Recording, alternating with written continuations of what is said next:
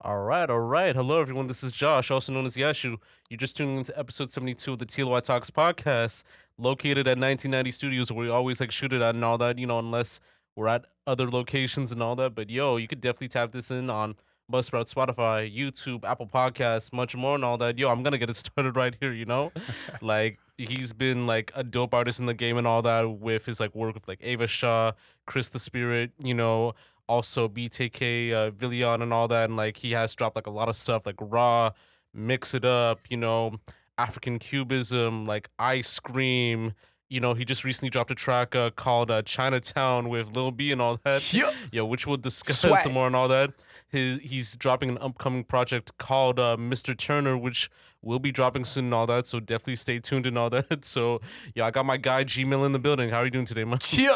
That's a great introduction. I love it. Yeah, I'm doing great. How are you, bro? Yeah, I'm doing all right, man.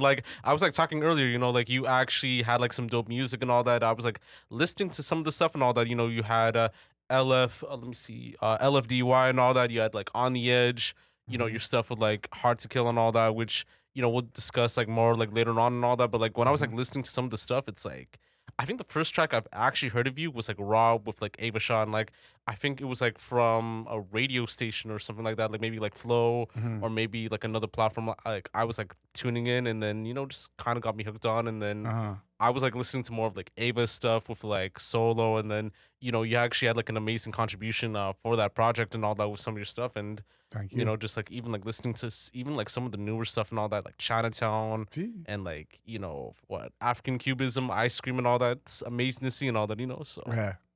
yeah, Thank man. you. Thank you. Yeah, it's been great. I've been blessed. I got the word, the voice. So, I've just been putting in my work, Yeah, man. constantly doing this music and, one day. Hundo P, man. And yo, I want to start it off, very much from the very beginning and all that. So, Mhm. yo, I want to ask, what was your childhood like growing up, and would you say it was a very great experience, or would it be different? My childhood growing up. Let me see. I was bullied a little bit for True. sure. And then in elementary school. And then I grew up and you know, you that situation changes you as a human being Yeah. and you become more and more solid as a human being. So, that shit didn't change in high school. It changed for me, but in elementary school I had to deal with that. Yeah. And that was my childhood and I grew up with a lot of I had friends, I got fake friends, all people go through Yeah. this shit, Yeah. but honestly, my childhood, I loved it, I loved my mom, I loved my father, they were there the best way they could be. And I can't complain about it, it made Yeah. me who I am today. Yeah. Yeah, just remaining even with that whole positive energy and all that. And Sure. so what I say, just wanted to say for a bit and all that. So I guess you've continued on with that positive energy, even from that start of music and all that.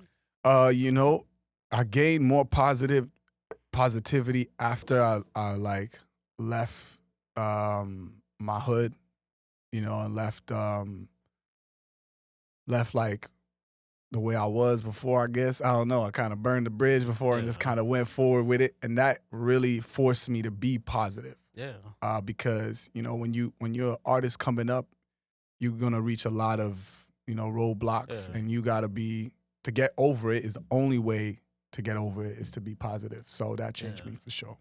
100%, man. And when I was doing your research, you grew up in Rexdale and all that, which is a main Gang. mecca for Toronto music. Chia Even with the whole Rex. Jamestown movie and all that, that was Uh-huh. I think Oh that shit, I yeah. remember That's that one. I was legendary. watching that, but yo, to just speak more on the music, you had young older cats like Jellystone and all that. Mm-hmm. Mm-hmm. Who else?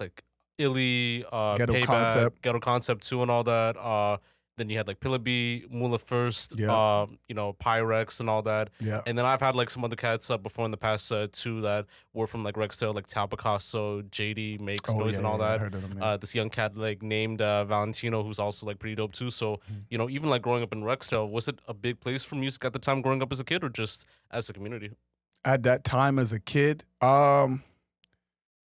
at that time, no, because we didn't have Drake, we didn't have no one really was really checking for us. But mind you, the people who came before us did wonders, you know, like they paved the way in multiple ways. But at the same time, it just like globally, it wasn't transcendent for every artist to really True. push himself and be like, yeah, you know, the greatest rapper. Except Ghetto Concept, they was big at one point Yeah. too. They was big at one point. I mean, Jellystone also had like Jelly that. Stone was, oh Like I man. remember like that one song. Like I was like doing the. It was like money ain't make me everything, Right, and like and like that was like a that, dope banger. Yeah, yeah, man. that's a And hit. That's hit. yeah, That's a hit. yeah, and like I think I remembered like I was like doing some research one day. Like I was like watching like this like Doomsday movie or like Doomstown, and it was based on like Jamestown, like in Rexdale and all that. I don't know if you've seen like that movie before. Yeah. Shout Yo. out Quincy. I know I see you in that movie too. So yo, what are your like initial like thoughts of that movie? Does it kind of have like an accurate like representation of the Rex? Yeah, I don't remember. I don't remember what the exact story was of the movie, but I mean, yeah, this it can get grimy for sure. Yeah. That's 100%. Yeah. The Rexdale's a grimy place. Like, yeah. Yeah. That's all I can say. Nah, 100% too. And just like getting into music, I know you talked about like how you used to like listen to like reggae growing up and like Yeah. just like with the whole like Sunday cleaning and all that type of stuff too. But yeah. just like within your own journey, what was like your first like introduction to music like and all that? First introduction to music, definitely reggae. Yeah, the Sunday music for sure. I didn't get into like the weirder shit. My taste got really weird. I'm weird. My music taste is weird. True. Like I listen to everything from left to right, so long as it's like it got a feel into it. Like I want to capture that in myself. So yeah, I mean, from the beginning, it was really the reggae music that brought me into music, and then it just changed into like rock and rap and True. jazz. Now it's at jazz. How the hell I got the jazz? Yeah. But yeah, hip hop had a big influence like Yeah. on my childhood. Yeah, that was Oh, it. true. Yeah. So I guess like even like with your playlist, like what's like it usually like what's it usually like nowadays and all that, just like with the stuff like you're listening to? My playlist. Okay, boom. John Coltrane. What else I got on there? Nas's first, all Nas's albums. I got what else I got on there? A lot of like hertz music, like 432, 528 hertz, and True. like listening to like sounds. I meditate a lot. What else I got on there? John Lennon. Nice. The Weeknd for sure. True. What else I got on there? I think old. Who else? Jimi Hendrix, of course. Nice. The Doors, Jim Morrison, MF Doom, 100%. What else I got on there? Yeah, I think there's more to it for sure. And a lot of 90s hip hop, every 90s hip hop. Jay-Z, obviously. Biggie, 100. Tupac, Nice. 100. Man. Who else I got on my playlist right now? I knew, and anybody knew. I like Lil Tyler. He's sick. Yeah, I can't even think of it right now. Yeah. Yeah, I know for my personal playlist because like how I do my personal Spotify is like And me. Oh, yeah. Nah, for sure. 100%, man. And yo, for me, like I know like usually for my Spotify stuff, it's like kind of like different and all that. Like I usually kind of do it like more in a collection way, and then like I have like one where I updated like weekly and all that. So I'd say like I've like this playlist called like put on Apple Music and all that, which the stuff I listen to on Spotify I put like on like Apple Music and all that. So I was like listening to Camila Cabello and all that. I was like listening Camila Cabello, who that?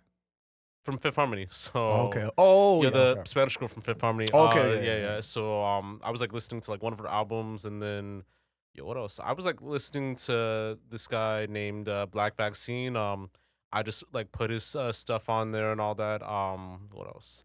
I was like listening to I think this other guy like named like Jordan Astra and all that. I just like listened to like his recent project that was like kind of put on there and all that.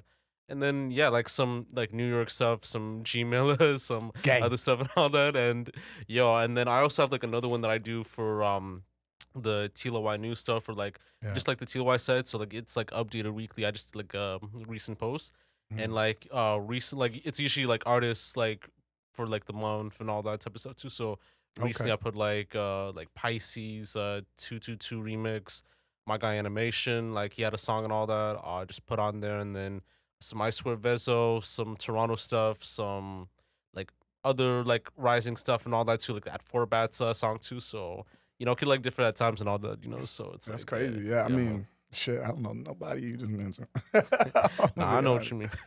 Yeah, So I'm gonna take it in though. yeah, Yeah. for sure. So yo, I want to ask, like, what inspired you to become like a rapper and artist and all that? Um, when I was coming up, it was like when I first started, like, just listening to hip hop. I remember the feeling it used to give me. Like, it still give me that now.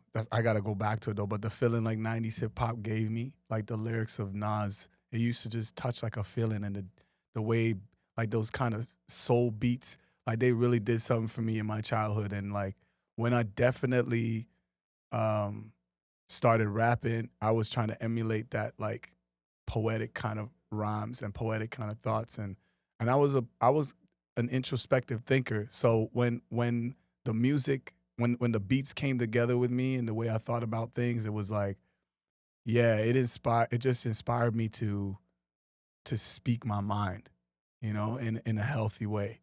Um I was also a lone wolf. So, when you a lone wolf, you got to find a way to channel your like you got to vocal yourself some Yeah. way somehow.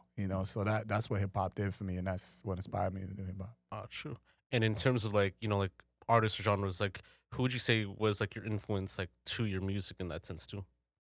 Like as I said, Nas, that was a big influence for me. True. Just the whole '90s era, really, like it was a big influence for me. Like I don't even know where I would have been if I didn't like stumble upon that. Like I went searching for '90s hip hop. Like, that was Yeah. the time of LimeWire. Y'all remember Yeah, LimeWire? yeah, yeah, man. Yeah. And I had another download one. I Like forgot. Napster as well too? Yeah. Yeah. That was no Napster. Yeah, no, not Napster. What was that next one called again? I forgot what it's called. But LimeWire we used to use, True. and just go. I used to go searching for freestyles and searching for artists that I really love and what Yeah. things that just you didn't hear. So, yeah. So that's what I Yeah. did. Yeah. Yeah, like for me, like when my first like journey to hip hop came, like just like as like a hip hop like listener and fan and all that, like I was like tapping in with like hip hop DX and all that, and it would like tap me in with like other stuff too. Mhm. Unironically, Anthony Fantano too. I feel like he does have some good music taste sometimes with like Freddie Gibbs and like Danny Brown Oh and all yeah, that. Freddie And Gibbs. He's on my yeah, playlist too. true. Yeah. And then yeah, it led And to like Madlib. yeah, Madlib too. Yeah. And then like it led to like other stuff too with I know Vince Staples, he had like Ramona Radio and all that, and like that was like more like recently too. So when I like listened to like that whole series on Apple Music and all that, it's like interesting too with his takes with music, like who's like rising up, because I literally founded like Emily Chapa from like Ramona Radio, and like Mhm. that was like pretty much like one of the interesting takes, and then seeing him blow up now, like that's like kind of like the craziest like waves and all that. So Okay, yeah. sick. That's what's up. Yeah, man. And I want to ask like more about your first time like in the studio and all that. So detail me that experience, and how was that experience, like for you, and like starting to record at that time? Okay, so first time in the studio. So me and my boy used to record each other. We used to record ourselves, and it was crazy because we had lots of dreams and stuff, and we used to just really dream about getting a mic and recording. True. So when we got like the equipment to do so, we would train each other back and forth, just recording back and forth, and staying in the studio and discipline. And we Yeah. was young too, it was a Yeah, crazy, man. crazy thing. And that's how I started, so that's why I sound a little more seasoned, Yeah, man. And then like my first time in the studio professionally, like meaning like a professional studio, Yeah. I remember it was in Rexdale. Shout out Breads. we was in the studio. We had a song called, I think it was Spit It How I Live It. And it was the first time I rapped in front of people, like rapped in front of other people than my boy. Yeah, man. And it was like, they was like, yo, your voice is raw. Like, Yeah. and that was like, that's the first time Yeah. being in the studio. So that after that feeling, it was like I just got that drive for it, that Yeah. hunger for it. Cause I was like, Yeah. wow, my voice is unique. I can channel my energy. I can speak my mind. Um, you know, because a day-to-day conversation is different for me Yeah. than an actual track. Yeah.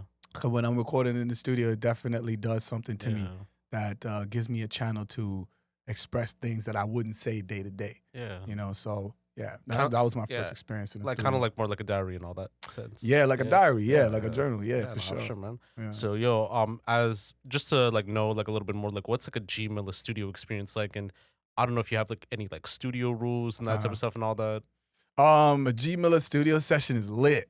Like just that. You know, I know that's a statement, but it's lit because I'm true. just I got the energy. So when I'm Yeah. in the studio, that's what I transcend. I give my all. Yeah, man. The rules, what kind of rules? I mean, good vibes. If you Good got vibes. good vibes, like don't fuck it up. You know, don't fuck up the vibe.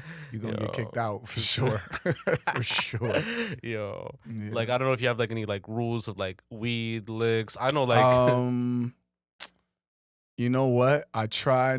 If I'm smoking, I smoke a little bit, and then I'll true. build to smoking. But smoking make me, get a headache, get tired, and a little liquor. I love ladies in the studio, of course. You know, I love good vibes in the studio. That's true. literally it, man. If the liquor adds to the vibe, Yeah. get it in there. The weed adds to the vibe. Let's get some weed. Yeah, true. And I guess like maybe like I know some people too, they'll have like a candle. Some people have like limits and all that too. I know like bring the shorties is like a good plus. So I guess like make it like what, like 90-10 and all that with the ratio, or what do you mean? like like 9 gal, like 1 mandem and all that, like just the ratio. Like sometimes with clubs and all that, they'll have like that ratio. Nah, we need the female energy in there, man. True. What we got, like, if you're in there as a dude, you're either super positive or you're a part of making this song. True. Right? Yeah. That's how I feel. Either your energy is lit and I can look to you and you be like, yo, turn this down, do that up. You're in there for that reason. If you're a lady, you just be there. And that's it. Your energy is enough to just be there, because it's always good to have the polarities in the studio. Nah, for sure, man, 100%. And just doing like a little bit of my research, you actually formed this duo called like Hard to Kill with like Teddy Fantum and all that. So I wanted to ask, like, how did you meet? How did you and Teddy Fantum meet, and how did you guys form like that duo and all that? Yeah, how did we meet? Yeah, it was kind of cool because it's just it's one of them situations where when you pay attention to life, it just unfolds roles and slowly goes somewhere where you're like, how the hell did it end up here? I remember one of my boys, he was living downtown. We were making music together, and I think Teddy came by the studio. And prior to that, like, I knew of him. So, I knew who he was. And yeah, I mean, we just immediately heard each other's music and was like, yo, I fuck with your music. I fuck with your music too. Yeah. That was really how it just started to build from there. It was really dope, man. Yeah. Yo, because like I know like that whole like scene and all that, like Teddy Fantum like is like a unique force, like even within Toronto, like just even with some of his stuff and all that, and like you've had like other people like Dylan Ponders and all that, and like who else, like Chris the Spirit, even though he's like from Montreal and all that, and like who else? Sean Leon. Sean Leon, like Jimmy, like Bricks and all that. Yeah. Oh yeah. Like a lot of people. Like I think like because like I think that wave was like an interesting wave that led to like other scenes like forming up, like Come Down, like Ram Riddles, Yeah. and then like leads to like other artists too and all that, and like here we are and all they know. So yeah. It was a great time. We was performing. Shout out Dylan Ponder, Sean Leon. We was performing, opening for each other. So, and it was just cool. Just the scene. We was fucking with each other. We see each other like, hey, what's up? Like, yeah, okay. Yeah. Oh, who else? Devontae, I think too. Yeah, Devontae. He was there too. Yeah, it's an amazing time, man. Good energy, man. Yeah. And then we did that Splash Splash song, which was pretty sick too. Yeah. That was with Devontae, Sean Leon, me. What's his name again? There's like Runway Cakewalker. Yeah. Nate Husser too and all that. A lot of people. Yeah, it's like hard to like name nowadays too because there's so many people. Like I mean, Daniel Caesar even came up with Sean, and it's like amazing to see where he's at now and all that. So it's amazing. Yeah, man. God bless. It's even like go more onto that, like how was that being in that duo like, and just like even working with like Teddy in general, like what were some things that you guys both learned from each other in order to like incorporate like in your music today and all that? Um, what I personally learned, I don't know what Teddy learned, but what I personally learned is he has a very interesting way of putting sounds together. Um, he's also a producer as well, so I learned that aspect from him, just putting it together as like a producer and putting it together as a someone that can see not just the lyrics but also the structure of the song and the instrumentals and the sounds, the qualities, like the samples, all those things I learned from Teddy for sure. He was like he's like what they call it, the alchemist, man. You know, Yeah. he like the Yeah. alchemist, Yeah, man. Shout man. out Teddy, you know what's up, man. Yeah, Yeah. Nah, that's for sure. gang. Yeah, so that's what I learned from him. You know, and working with him, um, it's very dope because he's just a positive dude. You know, it's like when you get on the same page with somebody, it's like there's nothing you can't do. You know, because two Yeah. people, like yeah, two people can do a lot of things when two minds are connected, and they have the same goal and the same passion and the same drive or the Yeah. same vision. It's like, you know, when we was working together, it just felt very authentic. It's just real. Yeah. You know, it was Yeah. like we were friends and we still are friends. Well, we were friends, we're still Oh, friends. sure. But yeah, it's like it was very. It was just like working with a homie. Yeah. Honestly, it was like just being cool and just working Yeah. it out. Yeah, it was dope. 100%. I know like you already had like that one release back in like I think 2018, 2019 and all that. So are we gonna get another like Hard to Kill project like soon and all that, or maybe take some time and all that? Yes, H2K on the way. Shout out Teddy. He know what's up. You know what's up, Teddy. H2K on the way. All right, Hundo P man, and I want to ask too. Like you're also in the DSTRY collective, so how did that affiliation come Oh, about? destroy. Oh, Destroy. Yeah, gang. So DSTRY. true, true. So how did that like affiliation come about, and how's it like like just being part of it? So yeah, the collective. So it's crazy. So prior to that, so we got Kids Studio. That's part of the Destroy as well. And it was dope because I knew them beforehand. Like, when I was coming up with Michael Asante and I was making music, it was crazy because one of my songs called Psycho. Check that out if you haven't. That's one of my dopest songs. Um, so we shot a video, and Glenn, Michael, and Vince shot the video for that. At that time, they were called something different. And that was like years beforehand, before Destroy came about or before our whole collective came together. So it was really dope. It just kind of rolled and rolled. And then Teddy was a part of it. So I met Teddy, and then after linking with Teddy, I realized Teddy's friends with them. And it's just like, it just grew. Yeah. So it was really one of the moments where I'm telling you people, just allow things to unfold. Just allow them to unfold. Because you actually have no idea who knows this or that knows that. And then it was just authentic. So that's how that came about. And then, we had our times downtown, Yeah. shout out the Kids Studio. Yeah. Some great times. And yeah, it's a brotherhood, man. Yeah. It's a brotherhood. Nah, 100% too, and just like even like seeing like everything too, it's like kind of like amazing to see like even with that era, just to kind of add on through and all that. Do you ever feel like that era might be like coming back more like stronger like in a sense too, like, or do you think like it would like take some time to have like that whole like gradual like process and all that? Wait, what era are you talking about? Like the era Like the that we Toronto came from? area, yeah, the Toronto, like that whole like Toronto like underground like wave era, like the whole like Dylan Ponders. No, that won't happen again. That won't happen again. If it does happen again, it'll happen maybe in a different way, or maybe it's happening and I'm not there yet, or part of it anymore. But that's a vibe. Yeah, Like there were a Yeah. lot of things in place, like places to go to, you know, people that provided Yeah. the space to Yeah. do certain things, like all those things that came into a play, is what made that scene. Yeah. So all those things kind of Yeah, trickled like away. So DIY it's type like, stuff, yeah. you know what I'm saying. So it's Yeah. like you do want to experience that again, Yeah. but you're like, yo, this guy's not there Yeah. anymore. That's not happening anymore. That Yeah, place ain't there sure. no more. Yeah. Like so. Like yeah. I remembered Tattoo like becoming like a thing and all that. That was like a well known like DIY venue, and then it turned into Yeah. like Masked Wolf and all that. Yeah. It was like kind of like shut down for a bit, and then turned into like Masked Wolf. Like there were like a lot of like venues Yeah, that Beaks. Shout out Beaks. yeah Turned into what taxes, and I don't even know what the other yeah. name of the shit is. Yeah. I think I was also reading that whole like Sava P book, and like there were like some venues that aren't even like venues anymore and all that. It's like another condo or another like Mary Brown's or whatever and all Another that. condo, you know, another Shoppers, the Yeah, Walmart, exactly, you know. man. Yeah, it sucks, but it is what it was, and it is what it is. Oh, sure, man. You know, and just getting back more onto your music right now. So, like, what's your creative process like when making music? My creative process, um, I like to. So I'm very poetic. So I like to just like listen to what the beat is telling me. That's number one.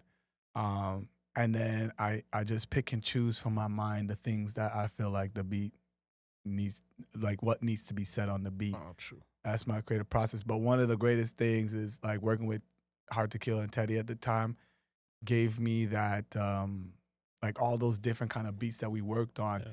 It's nice when you work from the bottom. Yeah. Like when you start from the sample, you build with the beats, the drums, the kicks, and then it's like you're saying it and it's like saying itself more and more and more, you know? So you say you want to say something about drugs, you know, like you hear it in your mind what you're saying, and then the beat starts kicking and the samples start coming in, and it's like, yo, this is how I feel about that situation. Yeah, no, sure. You know, so my creative process, I usually just go in there and fuck it up, and then I add to it and twist to it and play with it a little bit. But yeah, that would have like.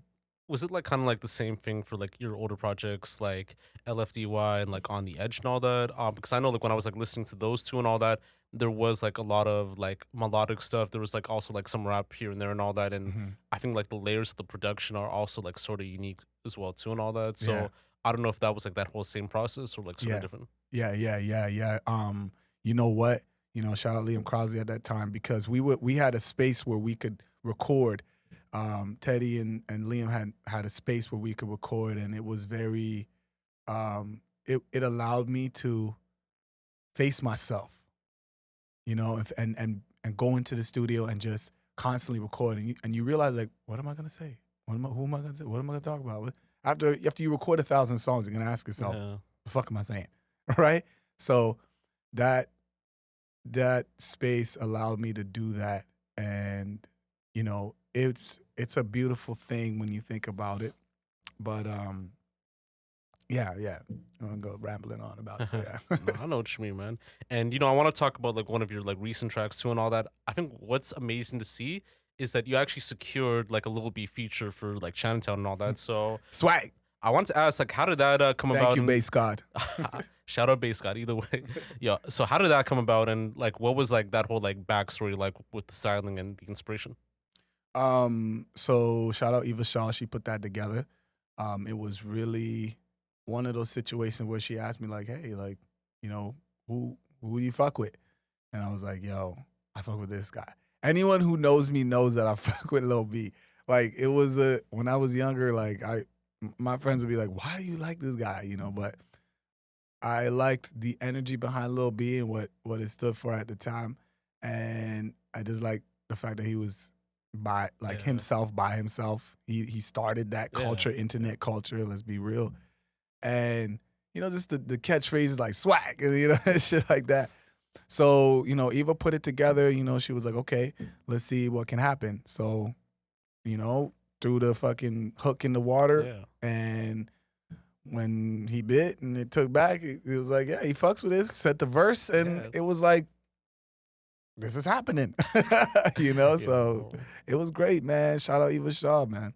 Yeah, man. And what I could say about like, you know, like Lil B as well too, like I don't like how like that kind of like worked out just from your perspective. I feel like with Lil B, he has like opened up and like pioneered for like a lot of like dope artists like in the game and all that. Like he gave like a lot of like new artists like a lot of like new names and all that. Young Lean, BLB Kosher and all that. Like even like Young Thug like at times and all that too. So it's amazing to see like how this one guy from like a rap group that had like one hit song like got my Vans on, but they look like sneakers. Oh, that was one. That was one. He had more than that for sure. Turned into like a whole culture where he had like one of the most like unique projects. Like I think like I'm Gay or something like that and all that. And Yeah, yeah, then yeah. it led to like, lots of like mixtape releases and everything else too. And then just like even being like a whole like force like in the game and all that. So Yeah, I mean, the YouTube was it. Like when he had came out with Wonton Soup, yeah, Pretty Bitch, like all that shit. Like, remember, he started the word, called himself a pretty bitch. And when he yeah, did that, that was like a big thing. That was World Star time. So people yeah, were like, what the fuck? Like, rapper calls himself a pretty bitch. And it was like, yeah, and yeah, and now, like, it's not a thing anymore. You call yourself a pretty bitch, you go, like ASAP was calling himself I'm that pretty I'm a motherfucker. pretty motherfucker. So Yeah, it just like it was crazy to see, and it was like, whoa, this guy's so bold enough to be like, I'm a pretty bitch. And it was like, it was funny, but at the same time, he was doing something. yeah. Nah, 100% too, man. And working with like Eva Shaw and all that, like I was like kind of like listening to her music like some years back and all that, and like Mhm, it's still like dope to this day and all that. So mhm, I wanted to ask, like, how did you manage to meet and work with her, and mhm. how was Yeah, working with her like, and like what were like some things that like she taught or like showed you yeah, that helped you like become better like in the music industry like today and yeah, all that. yeah. Eva Shaw's a hard worker for sure. Definitely watching her um, bring her ideas to fruition. It's awesome to Yeah, see how she works. Um, Also, she's very quick with it. I love that because I'm like that as a person, but out here, sometimes things are a little slow. People got yeah, this, that to do, this to do, but it's beautiful to see someone who's committed to their art, committed to yeah, the music, and it just pushes you to realize that we are here on this earth, alive, and we get an opportunity to do the things we yeah, do, man. and we got to put everything we got into that. Tired days, sick days, work days, thinking days, everything. You're not gonna feel like doing it every day, but you it's yours, Yeah, and it's exactly, man. so it's beautiful Yeah, to see that from Eva Shaw, and she definitely real like always had it in me, but it was nice to get on a vibe with someone else that had that vibe too, who was like, yeah, yeah, let's do this too, fast, fast, fast, let's get it yeah, going. yeah. So, that's one of the beautiful things I've gained from working with Eva Shaw. For sure, man. And I know, like with her, like I feel like she is like very DIY with her production and all that too, Yeah. like layering, even with song arrangements too. Like I Mm. remember like listening to Solo, and it's like very different from like the whole like other Toronto stuff and all that. Yeah. And she incorporated like a lot of like American artists to be on there and all that. She had Yeah. like what Thousand Boy Fani and all that. Yeah. Yeah. This guy named like Reeves Jr. and all that, and like BTK. BTK and all that. Yeah. Chris. Yo, a lot of people. I think maybe Chapo, I think, but I don't know and all that. But Yeah. She did the like a great, I think a big remix for, was it Rihanna or something like that? I think so. And then Yeah. this other like song from like La Pad and like Flo Milli and all that. Yeah. But yeah, like if I were to say like producers who are like very innovative, like even within the Toronto sound, Yeah. I'd say like Eva Shaw, my guy like Bavaro Beats and all that. Like he's Yeah. also like pretty dope too and all that. But yeah, I mean, what else? Dom Diaz too. Like I remembered him Oh and yeah, Dumb Diaz for yeah, sure. yeah, like that. Gang. Yeah, With man. Just John, Yeah, right? yeah, yeah, Yeah, yeah. yeah, yeah. Like yeah, like DIY, more unique, more like fine with it. So it's like amazing to see. Yeah, it's great because it's great when someone sees the vision of you. Yeah, Like, cause people be around you every day. But she had saw the vision of G Milla, was like, yo, you should be this. You should be a billionaire, yeah, rapping this. And I'm exactly. like, you get it. So, 100%. you know what I mean? So Yeah. it's that's what it's a beautiful relationship, man. Ah, Shout for out Eva sure. Shaw on the dog. Nah, 100%, man. Yo, how was that feeling like when you signed to like Mad Fatti and all that? How did it feel? It felt good. And that's the only reason why I did it. Like it felt good. Like I said, she believed in me and saw the vision. So it just felt authentic to do. At the time, I was trying to do it by myself completely. Me and my girl were trying to do it together. She was doing the administration, I was doing the rapping. And I was just pushing it, trying to get it going, push, push, push by myself. Cause before that I had a team behind me, and then, we Yeah. kinda had a little situation, so we didn't end up working together anymore. And then so I was just doing it by myself, learning the ins and outs of everything, recording here, recording there, shooting videos there, Yeah. shooting. So when I when it got to Mad Fatti, it felt a little more like organized, and I was like, okay, I can kind of do a project and push that project, do the album and push the album. Whereas beforehand, I was like, I gotta make music today, every day. Like, and then the songs piled up, but they weren't organized, so they were kind of all over the place. So yeah, I had like thousands of songs, but I wasn't putting together projects, having a Yeah. distribution deal behind it. So it felt Yeah. a lot more organized getting signed to Mad Fatti, and it felt real. Yeah. Yeah. For sure, man. And you have your upcoming project, Mr. Turner, that's gonna be dropping in I think some weeks from now and all that too. So Mhm. I wanted to ask, like, what can like fans like expect from that and like the whole like creative process and like inspiration for that? You can expect a combination of the poetic side of me, but also that raw, rugged rap version of me, Oh, which I'm naturally like that. Those who watch me perform know that. They know I'm lit on stage. Yeah. So, but at the same time, there are those who know me from before and know that I can get very deep lyrically, can get deep introspectively, and can make you think about things and say things that nobody would say. So you can expect that in a combination in this album. True. And Mr. Turner is my last name. That's my real last name, my father's last name. So yeah, you can expect honest opinions, things that might rub you a little wrong, if I say. And you can also expect songs that are gonna make you turn up. For sure. So For sure, man. yeah, that's what you Yeah, can man. expect, Mr. Turner. Yeah, no, for sure. And like, like when I was like checking out the single stuff, like there's like the cover art where I think it's like the same thing. It's like very like pitch, like black, like grayish and all that. And like I think you on like the left side of the area and all that too. So I don't know if I want to confirm if that's like the official like cover for the project or if it's just like only for the singles only.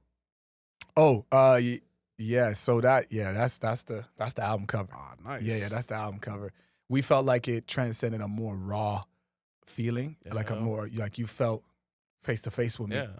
So that's the reason why we went with that one. And yeah, that's what I'm trying to convey with the album. Just you being face to face with me, having a conversation like we're doing right now. Yeah, nah, 100%, man. And for this project, there tends to be like more of like an Afrocentric approach, like when it comes to like the subject matter and like the lyrics, like on some of the early songs, like like with African cubism and all that, and like I think like cold banana, ice cream, like a lot of other stuff too. So tell me more about that importance of it and like of that and like how it's like different from like the previous work and all that.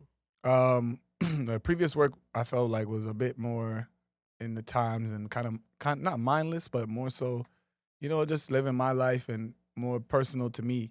Whereas this one has to me, a worldview. At that time when I was working on the album as well, like scratching out the ideas and stuff, like the George Floyd thing went down, and then I also, as a person, I started swaying towards um, Afrocentric knowledge and different kind of knowledge that I wasn't aware of before. So that really opened my mind to a whole different world that empowered me also, which led me to the question as to why is this not known? Why do people not know about these things? So people like Dick Gregory, people like Paul Mooney, Howard W. French. He has a book called Born in Blackness, stuff like that. I was really finding the depth of being a dark skinned fellow, you know. Yeah, so when I started breaking apart the history, that really inspired me in so many ways to speak about things that I didn't speak about before. So on the album, it was like more of like a like I was talking for a set of people. I felt like Yeah. I was talking for my ancestors. I was talking for Yeah. those who came before me, Yeah. and those who, constantly push themselves in the forefront of Black Africans or whatever it may be at that time. Yeah. So it's just the album is me awakening. It's really dope because I had a concept which was about a spirit that basically reincarnated every time. And every time he came back black, he always faced injustice, right? So it's like that anger built in him over a period of time, and it's me. Yeah. And that's who Mr. Turner is. You know, it's like, I know I've been here before. I just know that. I'm an old soul. I do and say things that are just not normal. I know that. And there are things that awaken in me, and I can tell apart as my story unfolds. I can see that this is where I'm supposed to be today, which always amazes me because I think like who was I before this, you know? Yeah. But I can feel it. I can feel being drawn to certain things, and I'm like, where did this come from? I have no idea how I ended up here, but I'm supposed to be here. Yeah. So yeah, Mr. Turner. Sure, and it's at a perfect time right now and all that. So Yeah. it's amazing to see, you know. So Gang. and we just have like these like last couple questions like before we move on to the freestyle and all that. So like I usually ask like everyone this, like, you know, like everyone like from Toronto, the GT and all that. Mhm. How do you feel about the current state of the whole like Toronto GTA Canadian music scene at the moment? Do you feel like that there should be some changes on the direction of where the scene should go to, or do you feel like it's fine the way it is like right now? It's dope. Like everybody's doing their own thing. It's awesome. The only thing I would change is unity. That's the only thing. I think if we learn to come together more often and, you know, start pushing our pioneers, start making songs with people we fuck with, people we hurt, and just be more easy with the brand and start, you know, connecting, it's gonna become like a big web, you know, and then we're gonna have a lot more talent coming out of the city, a lot more talent being shown because there are guys that are super dope that you don't know about. Yeah. You don't know nothing about, and they deserve a shot too. Yeah, no, So the scene is dope. You know, I like a lot of artists from Toronto. Like, we get it. We get it. We're dope. We know we have to go above and beyond out here. You know, we gotta take it to a level where we're not just some artists. You know, we gotta go a little higher than that out here. We know that. Sure. So I love the scene, man. You know, I can name a bunch of artists I love, you know? Sure. And I feel like we've had like hip hop 50 moments, but they're not as like close. Like, I mean, the Junos, we've had like what, like Maestro, Mishi, like Shockler and all that. And then like it led to like Nav, Havaya. Yeah. And then it kind of sort of worked, but like it wasn't like showing it like on a wider scale. And then we've had like the whole like Drake concert where he brought like the OGs out and all that. But like that was big. Yeah. See, that's what I'm saying. He like, I'm sure he was planning on that moment to say, okay, I'm gonna bring the GOATs out, you know, or the people who came before me. Shout out Drake, man. You know, let's connect it like a web. That's it. Yeah, we gotta do like something way bigger and all that, and like as you said, like make it a web, and then, you know, it'll be bigger and better than ever and all that. You know, exactly. It'll grow. Nah, for sure, man. And aside from the project, like what else do you have going on right now? Well, not right now, but like later on, like if it's like a tour, if it's like, you know, other stuff going on, and do you have any like other like closing remarks you'd like to say? Yeah. We there's a tour. There's visuals, there's songs, there's another album. There's lots to look forward to this year and to the coming years. I don't want to spill too much, you know, water on them, but look, you know, you might drown, you know. We lit. We lit, yeah. So big things coming, you know. That's all I can say, man. You know, the album is coming out soon, February. Let's go. All right, man. And we're going to get onto the freestyle right now and all that. He's going to be spitting some dope bars like G Milla. I'm going to step out. He's going to step in. You know, he's going to body it. Tap in. Come on now. Let's go. Schlit. What is this? What is this? Yo. Maybach music. I like this Maybach music. Like this shit, huh? Gang. Yo. Sweet. Yo.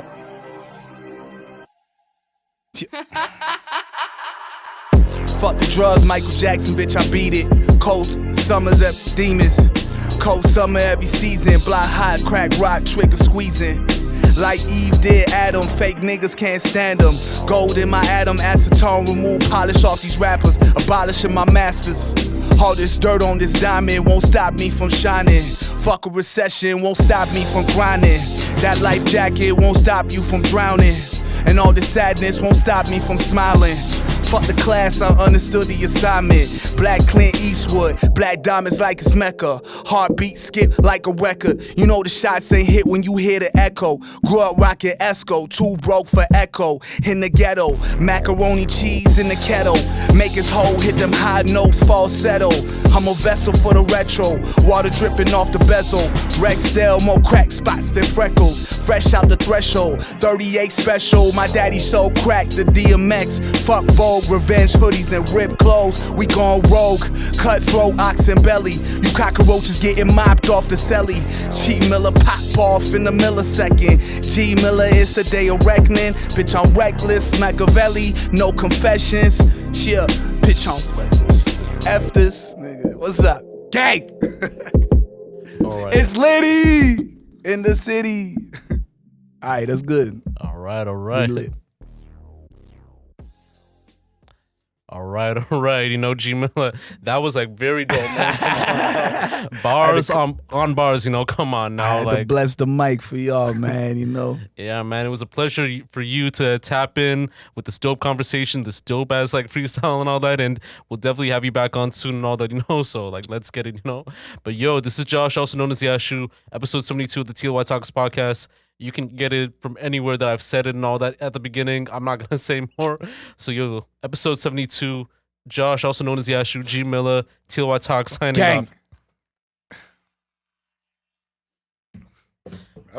Fire, man. That was fire, bro. Yeah, man.